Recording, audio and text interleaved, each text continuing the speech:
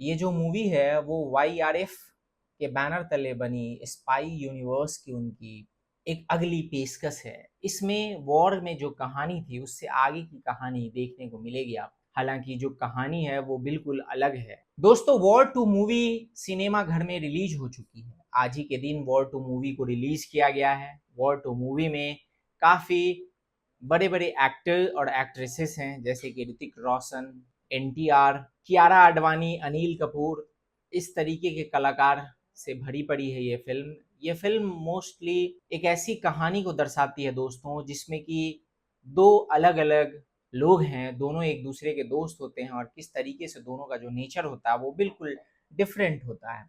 और उसी के तर्ज पे ये बेसिकली मूवी बनाई गई है। अगर इसको दूसरे शब्दों में कहें तो जो वॉर पार्ट 1 थी उसमें जो कहानी दिखाई गई थी, और आपको याद होगा कि वॉर पार्ट 1 में ऋतिक रोशन ने कबीर का कैरेक्टर प्ले किया था। तो ये फिल्म जो है वो कबीर के पिछले जीवन के बारे में भी बताती है, दर्शाती है कि आखिर कबीर के जीवन में क्या कुछ था और किस तरीके से चीज़ें आगे घटित हुई। साथ ही साथ ये एक नए प्लॉट को भी एक्सप्लोर करती है, जिसमें आपको देखने को मिलेगा कि कैसे बॉलीवुड ने एक बार ये फिर से ये प्रयास किया है कि इसको किसी भी तरीके से हिंदू जो कल्चर है या उसमें जो कुछ भी यूज किया जाता है, जैसे कि कल की कली, इन सारे टर्म्स को यूज किया गया है। दोस्तों, आपको ये फिल्म देखने के बाद बॉलीवुड का एक जो फील है वो आता है। ऐसा प्रतीत होता है कि वाकई में बॉलीवुड ने ही ये मूवी बनाई है, क्योंकि कहानी की जहां तक बात करूं तो कहानी कुछ खास अट्रैक्ट नहीं करती, बल्कि कहानी वही एज यूजुअल सी प्रतीत होती है। एक समय के बाद, यानी कि इंटरवल के आते आते, ये इंटरवल खत्म होते होते तक आप ऑलमोस्ट कहानी को प्रिडिक्ट करने लगते हो। आपको पता चलने लगता है कि आखिर जो मूवी है उसका क्लाइमेक्स क्या होने को है। एक तरफ जहां ये दो लोगों की कहानी चलती रहती है, वहीं इन दोनों के अपने अलग अलग पर्सपेक्टिव को दिखाया गया है, जिसमें कि एक एंटागनिस्ट होता है और दूसरा प्रोटैगनिस्ट। दोनों की जो सोच है वो बिल्कुल अलग है, देश को लेके, मुद्दों को लेके, चीज़ों को लेके।